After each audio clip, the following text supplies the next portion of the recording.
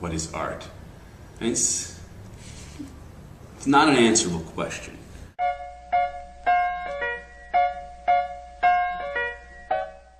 For our project, we are researching art institutions in New York that provide free events for students, especially Macaulay students.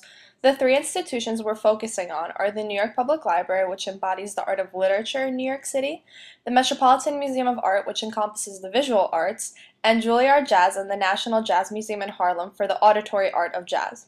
We came to you first because you deal with these institutions and many more for Macaulay. So our first question is, are there any artistic institutions you work with consistently? Yeah, I mean, there's a few that we work with every opera. We also have a strong relationship with City Center for Folk. These are institutions that we deal with on a large basis and have a kind of closer relationship, a lot of give and take. Do you have any favorite institutions to work with? I love the Met Museum. They are wonderful. I mean, the museums in general are really good about this stuff. They tend to have professionals who work in an education department who you deal with, whose job is to figure out a way to get programs for schools. When you have someone whose job it is to try and work with you, then it's great to work with them. Okay. I mean, the Met, for example, everything's free for us at the Met. How do you find out about new art institutions? Do they approach you? This year I received quite a few calls from organizations who I had worked with in the past briefly, or who I had never worked with before but someone else in the organization had worked with, or who just heard of us through something else. Are there any institutions that are difficult to work with?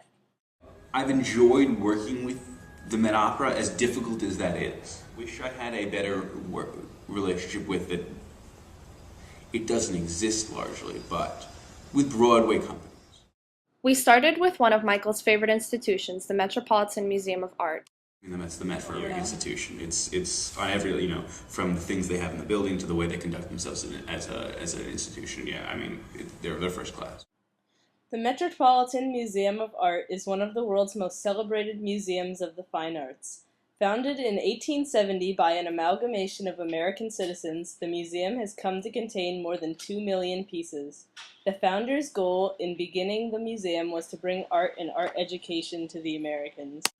The museum's collection started with a donation of 3 private European collectors' paintings.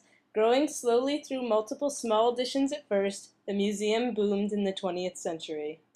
The museum moved to its iconic current Central Park location in 1880. A slew of additions to the original building would be made over the years to accommodate the growing collections. The current facade and entrance, facing Fifth Avenue, was completed in 1926. Architects Kevin Roche John Dinkeloo and Associates planned and implemented a revamped architectural plan that was completed in 1991. The design was to make the collections more accessible to the public. The Metropolitan Museum has become an iconic fixture in New York City. Electricity, heat, and half the annual maintenance costs for the museum's facilities and collections are financed by the municipality of New York. The city also owns the building and works in concert with the museum's trustees.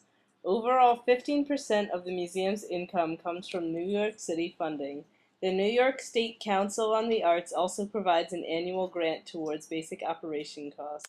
Not only is the museum open to the public for little or no cost, it also provides multiple programs. Daily guided tours are offered at regular times, free with admission, either focusing on a specific topic or the standard museum highlights. Research libraries are also available, including the Thomas J. Watson Library, which owns the most comprehensive collection on art history available. Study rooms, online databases, and lecture archives are also included in the museum's educational resources. Another institution that provides free artistic services for the city is the New York Public Library. At the close of the 19th century, wealthy New Yorkers were working to create their own cultural identity by establishing artistic institutions. Along with museums for the fine arts, such as the Metropolitan Museum, came the beginnings of a vital part of America's literary intellect, the New York Public Library. Samuel J. Tilden, a one-time governor, donated $2.4 million in 1886 to establish and maintain a free library and reading room in the city of New York. When it was combined with the already built Astor Research Library and the Lenox Library of Rare Books, construction cost a total of $9 million.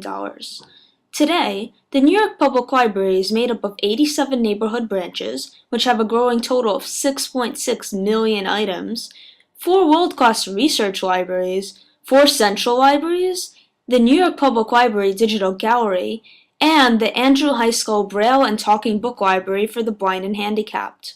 The library advertises that these collections include everything from the Gutenberg Bible and Jefferson's manuscript copy of the Declaration of Independence to materials that document the everyday lives of otherwise anonymous people. The New York Public Library's 15 million annual visitors have turned it into a significant part of New York City's culture.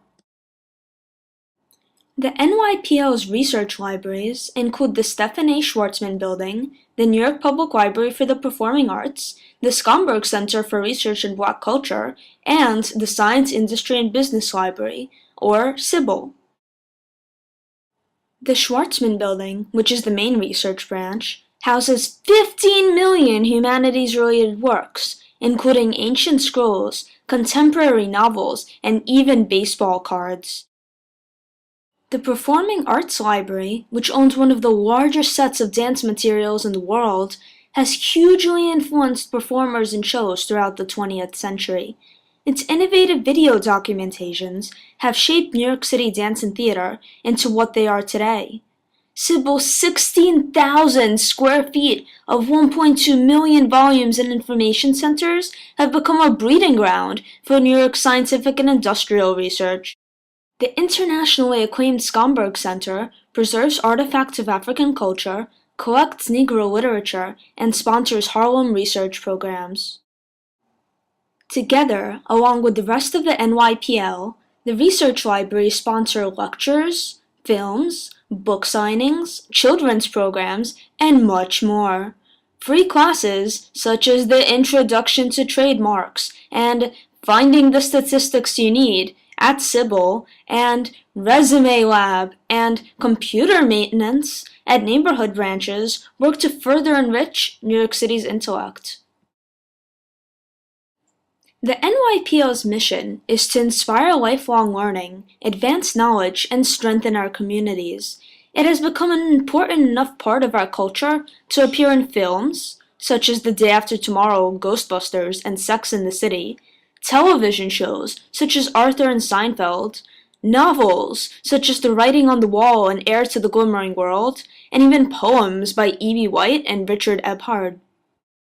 In 1911, Edward Clark Potter sculpted the Library Lions, a marble symbol of patience and fortitude to forever guard New York City's brilliant collection of literary art.